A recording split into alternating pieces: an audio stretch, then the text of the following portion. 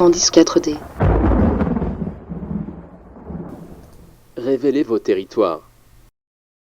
Bien, alors aujourd'hui je vais vous parler de maquettes numériques en 3 dimensions et de plateformes d'information géographique en temps réel au service du Smart City. Ce que je vous propose, c'est de balayer les enjeux ensemble avec quelques slides et ensuite on partira en démonstration temps réel sur des cas d'usage, sur des villes qui travaillent avec des plateformes numériques en 3 dimensions. Et je suis accompagné de David Darbousset aujourd'hui qui fait partie de mon équipe chez IGEO. Nous, IGEO, nous sommes spécialisés dans le développement et la mise en œuvre de plateformes d'information géographique en 3 dimensions, collaboratives et interopérables. J'interviens aujourd'hui dans le cadre du consortium Grandis 4D, dont IGEO fait partie. Grandis 4D, c'est un consortium qui fédère diverses entreprises pour apporter une réponse complète, globale, à ses clients dans le domaine de l'information géographique et de la 3 dimensions. Notamment avec le Drone Valley, qui est ici présent, que vous pouvez rencontrer sur un stand, qui va avoir la maîtrise de tout ce qui concerne les informations géographiques avec les drones, à la fois l'acquisition, le traitement de ces données, et le développement de services avec ces informations géographiques. Je reviendrai tout à l'heure sur les drones. Imeractive, qui a capacité à modéliser très précisément et finement des projets de villes et de quartiers, qui est une société belge avec qui nous travaillons. Et puis d'autres sociétés comme Isogeo, spécialisées dans le catalogage de données. C'est très important aujourd'hui pour accéder facilement à ces données massives. On parle de big data.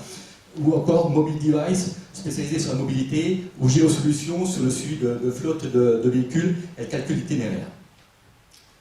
Alors, pour revenir sur les drones, il se passe quelque chose aujourd'hui, une petite révolution drone, puisque pour réaliser des maquettes numériques en 3 dimensions, il faut avoir de l'information géographique, issue de prises de vue aériennes. Et les drones vont faciliter ces prises de vue aériennes et vont permettre des mises à jour beaucoup plus rapides du territoire en 3 dimensions numériques pour aider à la décision. Donc, on revient sur les drones, voilà.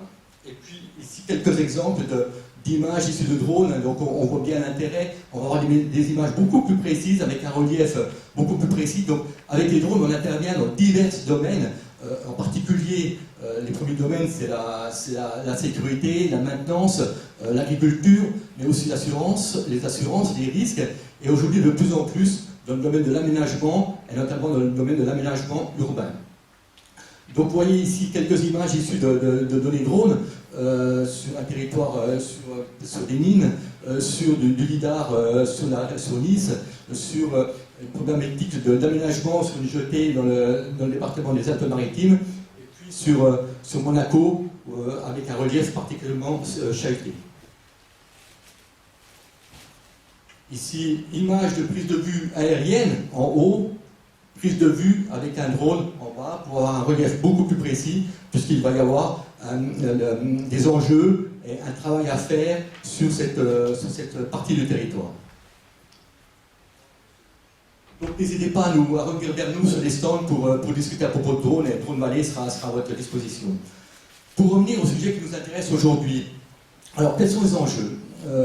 Vous êtes maire, vous êtes élu, vous avez des préoccupations, des enjeux importants, c'est comment je communique, comment j'améliore la communication avec mes administrés, comment je développe des services sur ma ville, comment je gère l'écomobilité, la sécurité, comment je rends mon territoire attractif, je le valorise, ou encore comment je vais développer mon extension urbaine, développer des écoquartiers avec l'adhésion de tous. Et ainsi, vous avez besoin de partager l'information, de communiquer, de simuler et de décider en collaboration avec d'autres personnes. Et l'information géographique, la visualisation 3D, la maquette numérique en 3D va contribuer, va vous aider à cela.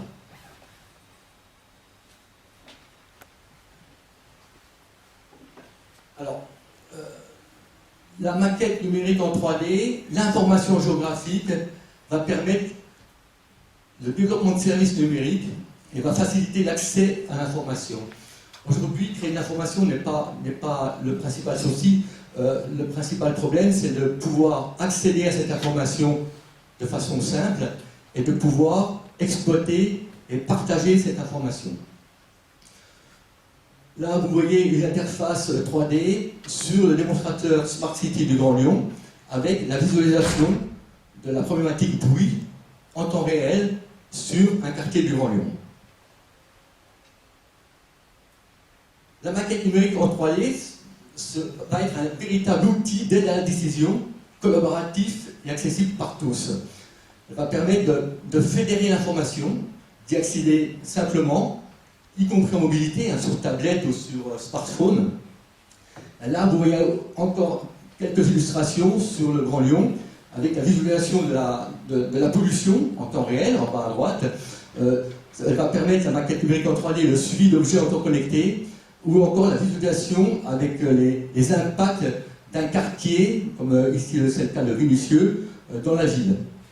Ou encore de visualiser, d'interagir, d'interroger mes données, par exemple infrastructure, et ici à gauche vous voyez toute la visualisation des couches souterraines sur le Grand Lyon. Alors, pour arriver à la maquette numérique en 3D, ou à la plateforme d'information géographique, il y a 5 étapes importantes. Les deux premières étapes, c'est qu'il faut avoir des données d'information géographique, le relief, le modèle 3D du bâti. Donc il faut acquérir ces données à travers des prises de vue aériennes. Et on a vu que les drones allaient encore booster cette acquisition et faciliter ces acquisitions. Ensuite, avec cette acquisition, avoir des référentiels de données certifiés et géoréférencés. Ça, ce sont les deux premières étapes essentielles. Toutes les villes qui ont développé le Smart City sont passées par ces deux premières étapes, ont investi pour avoir ces données précises et référencées. Ensuite, les 3 autres étapes, c'est donner de l'intelligence à ce référentiel de données. C'est-à-dire stocker en base géospatiale le modèle 3D de la ville, par exemple, dans des formats d'échange standards, comme le CityGML pour les villes, et puis développer de l'interaction, des liens bijectifs entre l'interface 3D, la visualisation 3D, cette base géospatiale d'objets qui contient les objets 3D, la végétation, le modèle 3D de la ville, le mobilier urbain par exemple, et puis le système d'information géographique qui lui possède l'intelligence avec des données géographiques, avec des attributs sémantisés. Nous, c'est ce qu'on appelle chez Géo, on a défini le concept de 3D City Life Cycle Management. Et dernière étape, c'est avoir la capacité, aujourd'hui c'est très important pour prendre des décisions, de partager ces informations et de les diffuser.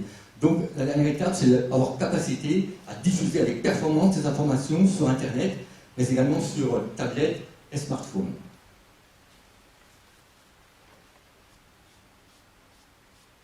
Alors, 2 autres diapos, avant de passer sur les démonstrations en temps réel. Là, sur les risques de sécurité. Là, ce que vous voyez à l'écran, c'est l'interface de travail de la société Predict Service. Predict Service, c'est une société, c'est une filiale de Météo France et d'Airbus Industrie, qui a pour métier la gestion des risques. Predict Service a 22 000 communes abonnées en France et travaille avec une interface en 3 dimensions pour visualiser tout le territoire national avec des données de l'Institut géographique national, donc à la fois le relief précis, l'image de la France avec des prises de vue aériennes, le modèle en 3 dimensions de tout le bâtiment en France, et puis les couches réseau route et réseau eau. Et Predict, en gestion de crise, mais avant également la gestion de crise, va pouvoir travailler sur ce flux d'informations qu'il visualise en temps réel sur Internet pour faire des prévisions, faire des simulations de montée d'eau, faire des études d'impact et pouvoir mieux informer et conseiller ces communes en gestion de crise. Et dernière illustration de l'intérêt de la représentation 3D pour le développement durable d'une ville. Ici, vous avez, c'est un extrait d'une vidéo qui est sur le site, le portail de Nice Métropole. Nice, aujourd'hui, c'est la 4e ville la plus connectée au monde. Bon, on peut dire peut-être la plus intelligente. au monde, derrière Barcelone, Londres, New York et devant Singapour. Et Nice a noué des partenariats avec Veolia, Orange, IBM ou encore Bosch pour développer l'intelligence de sa ville, l'attractivité de sa ville, la qualité du cadre de vie et tous les thèmes qui préoccupent les élus. Et Nice travaille avec une plateforme 3D de son territoire à partir des prises de vue aériennes, avec la modélisation très précise de son territoire en 3D, qui va fédérer l'information, la rendre accessible à tous et permettre de la partager et de communiquer sur l'attractivité de son territoire. Voilà, donc là on va partir sur des démonstrations entre les temps réels, on peut partir. Donc on va rester sur la Côte d'Azur, je vous propose de rester sur la Côte d'Azur, on va aller sur Cannes, puis ensuite sur Monaco, et on passera par Lyon, sur le démonstrateur Smart City que je vous ai présenté tout à l'heure, et puis on ira sur Bruxelles, qui est un territoire extrêmement dynamique, avec toutes ces données d'information géographique en open data. Alors, sur Cannes. Alors Cannes, c'est vraiment, d'une part, alors, ici vous voyez donc la possibilité de naviguer en temps réel, je navigue comme je le souhaite, sur l'ensemble de mon territoire qui est représenté en 3D. Toute cette représentation 3D est issue de prises de vue aériennes et de relevés topographiques sur la ville. Donc Cannes est probablement une des villes les plus évoluées en France dans ce domaine-là. Cannes a beaucoup investi depuis plusieurs années sur l'acquisition de données et la mise à jour de ces données. Et donc Cannes, c'est vraiment, on applique vraiment le concept de 3D City Life Cycle Management sur Cannes, où tous les modèles 3D de son territoire, le bâti, la végétation, le mobilier urbain, est en base géospatiale, oracle spatial, avec toute l'intelligence du territoire en système d'information géographique, SRI, et avec des interfaces 3D qui permettent de visualiser, d'interroger ces informations et de les mettre à jour de façon croisée. Donc sur Cannes, on peut, là tu visualises on peut visualiser des couches, donc les couches souterraines rendent tout le sous-sol transparent et aller naviguer sous le sous-sol. On peut faire des études de visibilité en temps réel, par exemple. Tu l'as déjà illustré, non? Peut-être pas, non? Donc là, David va faire une étude de visibilité rapidement. Voilà, donc là, voilà, à partir d'un point, on peut visualiser en temps réel. Et là, on travaille sur un socle qui est certifié. Donc ce qu'on voit, c'est certifié. Donc en rouge, ce qu'on ne voit pas depuis le haut de l'immeuble, et en vert, ce qu'on voit. Donc voilà un des usages de la maquette temps réel. Et puis on va pouvoir aller interroger des informations du système d'information géographique avec des attributs, par exemple ici sur les points d'eau, qui va nous donner tous les attributs qui arrivent du système d'information géographique. Donc ici, on travaille en local, pour des raisons, on ne connaissait pas la qualité du réseau Internet, mais bien sûr, toute cette information-là, elle peut être à distance sur le système d'information géographique. Je vous propose maintenant de partir sur Monaco.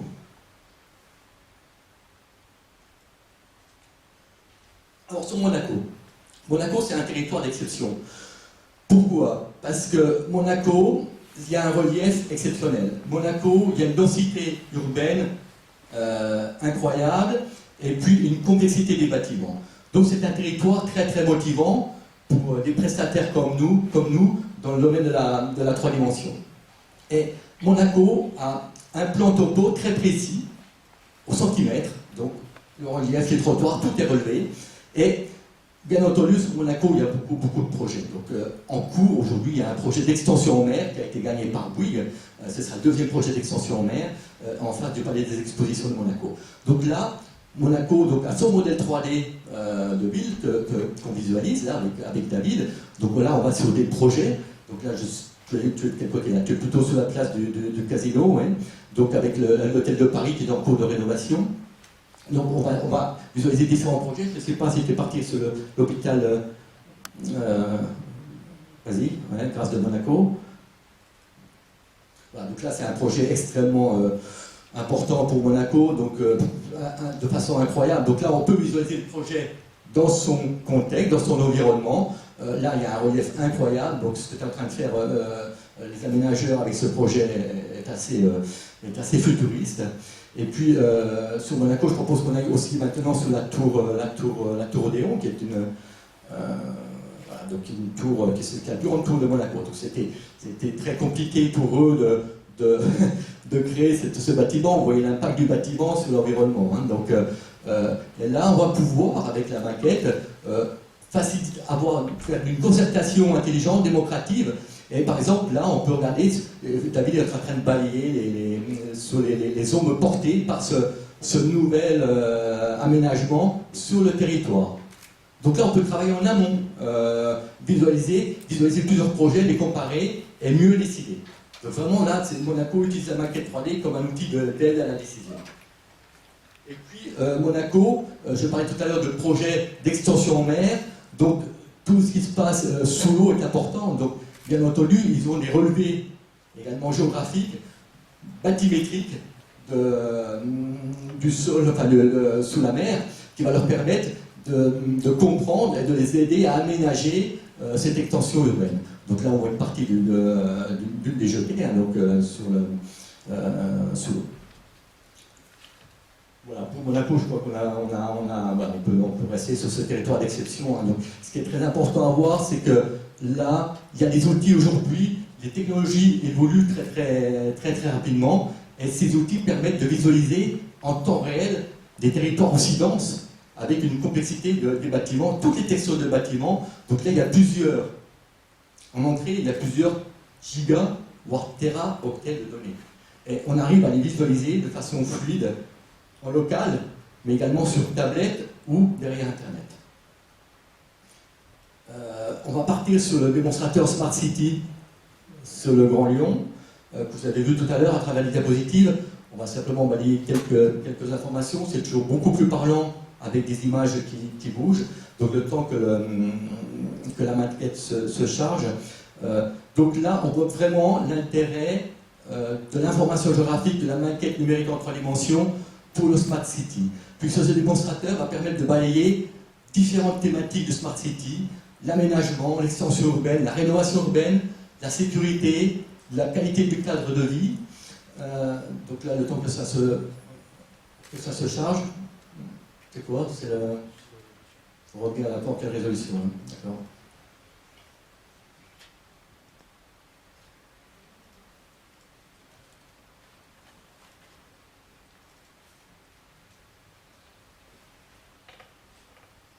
Alors, quelques instants. Ça va pouvoir redémarrer, David, ou c'est... D'accord, on va attendre ça. Ça prend quelques minutes pour charger. Voilà. Donc, à droite, vous voyez l'interface. Hein, l'interface doit être simple d'utilisation, doit être accessible par tous, surtout par les décideurs. Et là, on va pouvoir, donc on visualise. Donc là, encore une fois, Lyon a mis ses données en open data. Donc là, on est sur le 3e arrondissement de Lyon. Donc ces données, elles sont accessibles à tous aujourd'hui.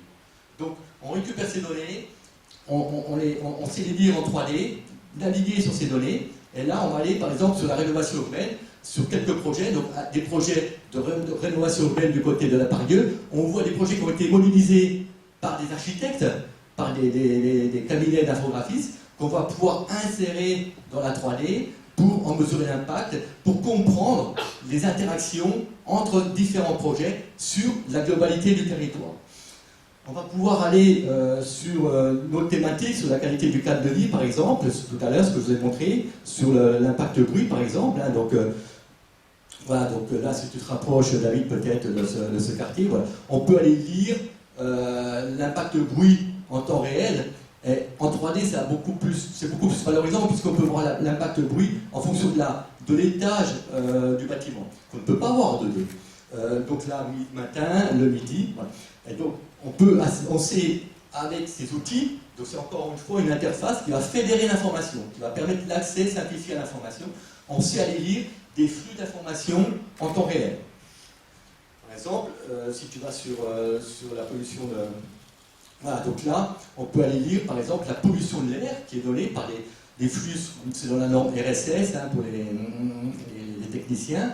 Donc on sait aller lire ces flux en temps réel, elle est visualisée les simuler en 3D dans la maquette. Donc voilà l'aspect interactif du démonstrateur Smart City du Grand Lyon. Et pour finir, je propose qu'on aille sur Bruxelles, sur deux projets sur Bruxelles.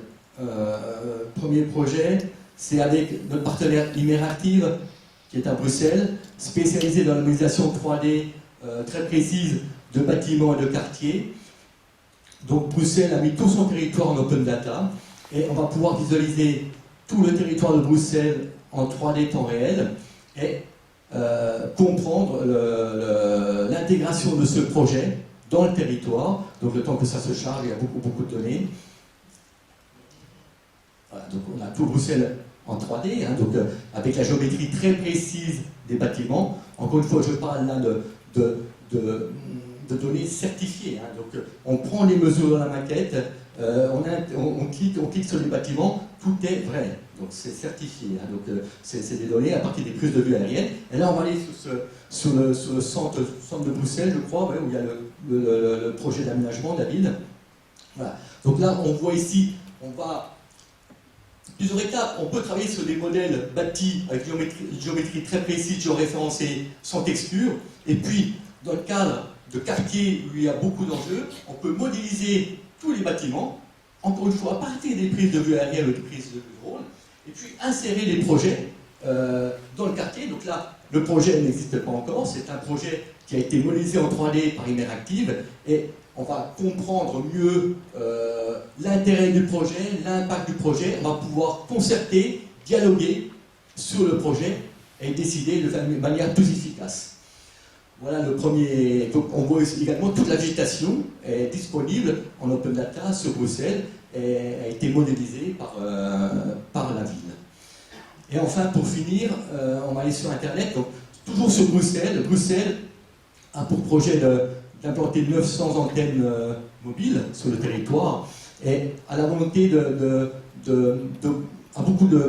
souhaite beaucoup de transparence sur l'impact de ces antennes pour les citoyens de la ville, et donc a souhaité mettre en place sur Internet un portail qui permet, je pense qu'il prend un peu plus de hauteur peut-être, qui permet de voir l'impact du rayonnement électromagnétique apporté par les antennes sur le territoire. Donc vous êtes citoyen de la ville, vous pouvez aller sur Internet et visualiser en 3D le territoire, modéliser de façon simple, mais tout est avec les rues, et voir l'impact avec...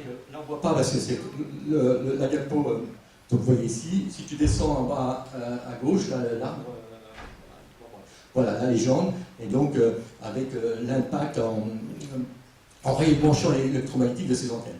Donc Bruxelles, c'est Bruxelles qui a fait ce site, hein, c'est un site web qui est accessible pour les citoyens, avec des sous-portails par quartier, et vous allez visualiser en temps réel, sans télécharger de logiciel. Donc là, c'est un aspect innovant, on est assez fiers de cette réalisation parce que c'est très innovant. On a développé un outil en WebGL, hein, pour les techniciens, technologie WebGL, qui permet de visualiser sur Internet, en 3D, sans télécharger de logiciel. C'est une nouvelle norme qui apparaît. Donc voilà, j'en ai fini, hein, sur ces cas d'usage clients pour illustrer l'intérêt de la formation géographique, de la maquette 3D au service du Smart City et du développement durable et intelligent de la ville. Merci de votre attention. Si vous avez des questions, avec plaisir, j'y répondrai.